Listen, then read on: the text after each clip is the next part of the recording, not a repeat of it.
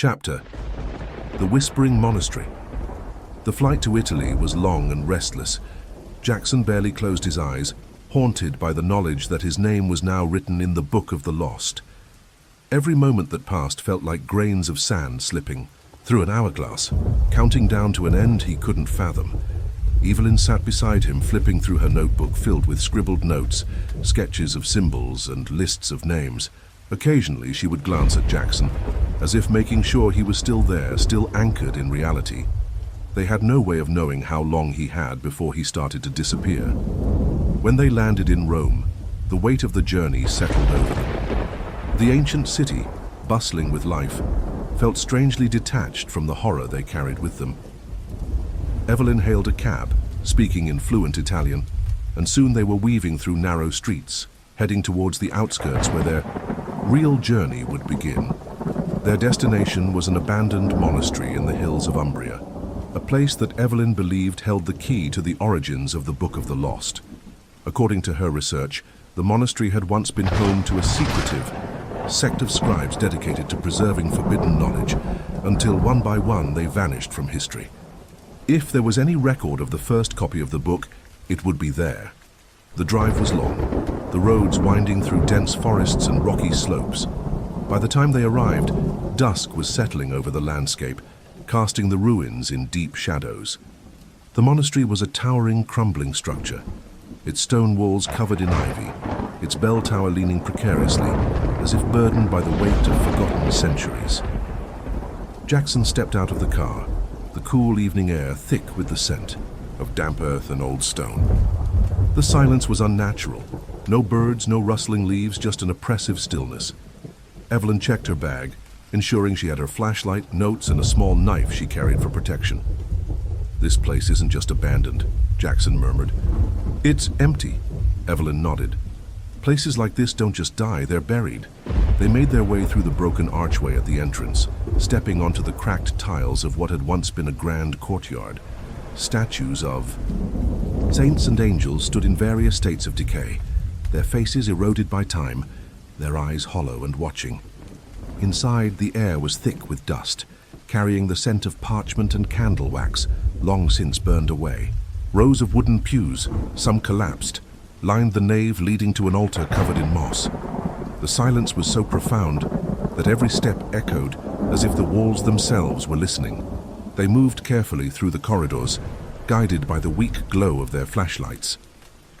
The deeper they went, the colder it became. Jackson's breath misted in front of him, and he swore he could hear whispers, faint, unintelligible murmurs that drifted through the halls like ghosts of long-lost prayers. Then they found it. A door, reinforced with rusted iron, slightly ajar. It led to a chamber below the monastery, a library untouched by time. Shelves of crumbling books lined the walls, their titles faded, their pages brittle.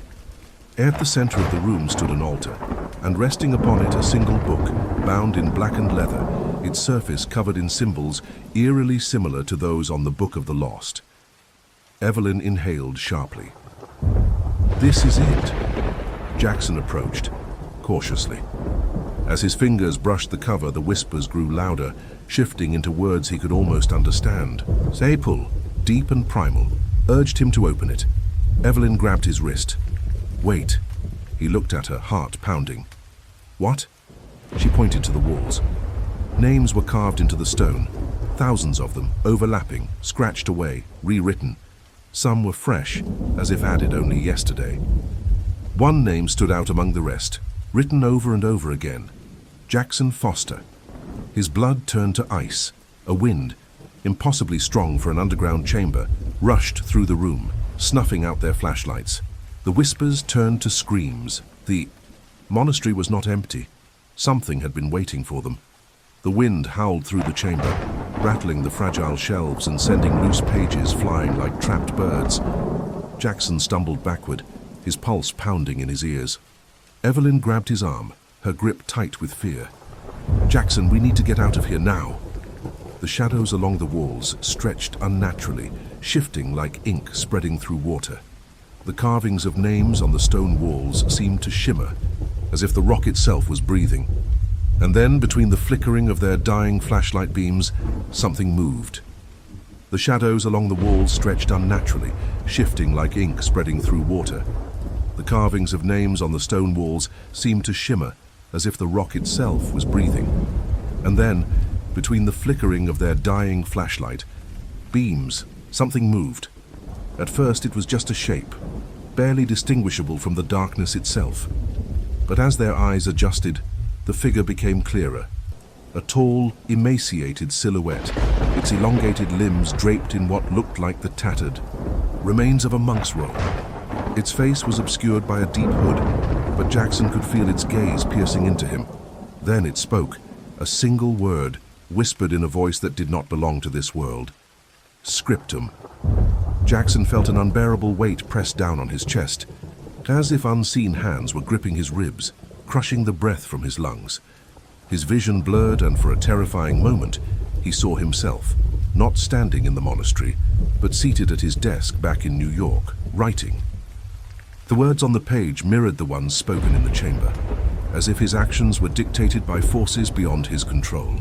Evelyn pulled him toward the door, snapping him back to the present.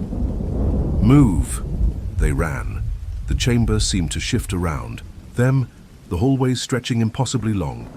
Doors that had once been open now slammed shut. The monastery was shifting, rearranging itself, trapping them inside its endless corridors. Jackson's mind raced. It doesn't want us to leave. Evelyn turned a corner sharply, yanking Jackson with her, and they found themselves in another vast room. This one had no books, no altars, just a towering mural spanning the entire wall. The image depicted a group of robed figures, their faces blurred, surrounding a kneeling man. The man held an open book, his hands trembling, his face twisted, in silent horror. The figures around him pointed at his name, freshly written on the page. Jackson knew what it meant. Whoever writes in the book, he whispered, his voice barely audible. Evelyn completed the thought. Becomes part of it. A sound, low and guttural, rumbled from behind them. The figure from the chamber was there, emerging from the shifting darkness. And now, there were more of them. Jackson turned toward the only exit, a narrow stone archway. Go, I'll be right behind you. Evelyn hesitated, but then bolted forward.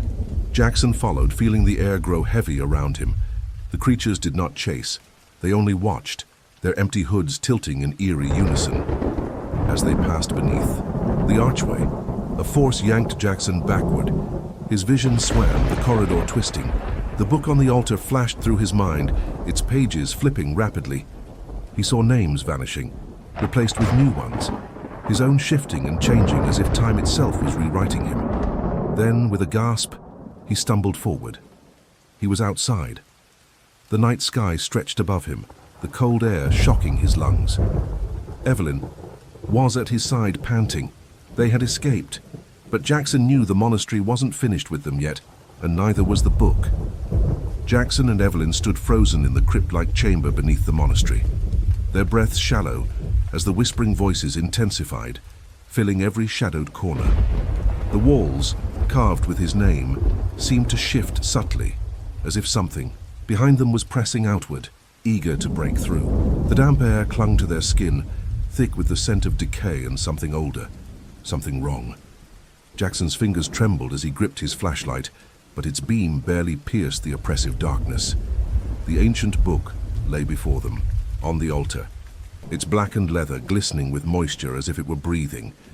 The symbols etched into its surface shimmered, rearranging themselves, their meanings slipping in and out of his understanding. "We need to go," Evelyn whispered, her voice barely audible over the ghostly murmurs. But Jackson couldn't move. He was drawn to the book, to the overwhelming sense that it held the answers he had been chasing. It was more than just a cursed artifact. It was a key, a gateway.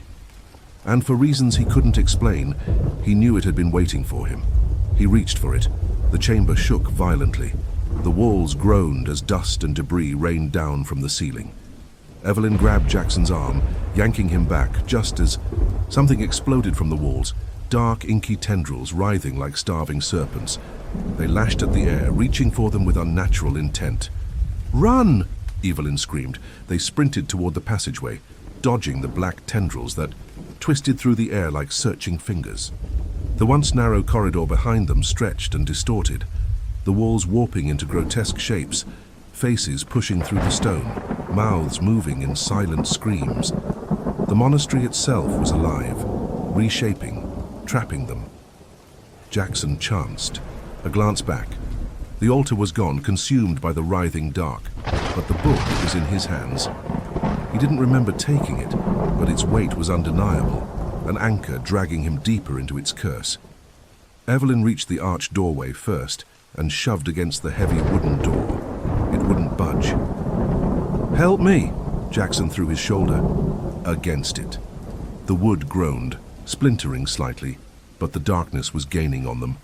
The whispers had turned to distorted voices, speaking in a language neither of them recognized, yet Jackson swore it was speaking directly to him, promising him things, calling him by name.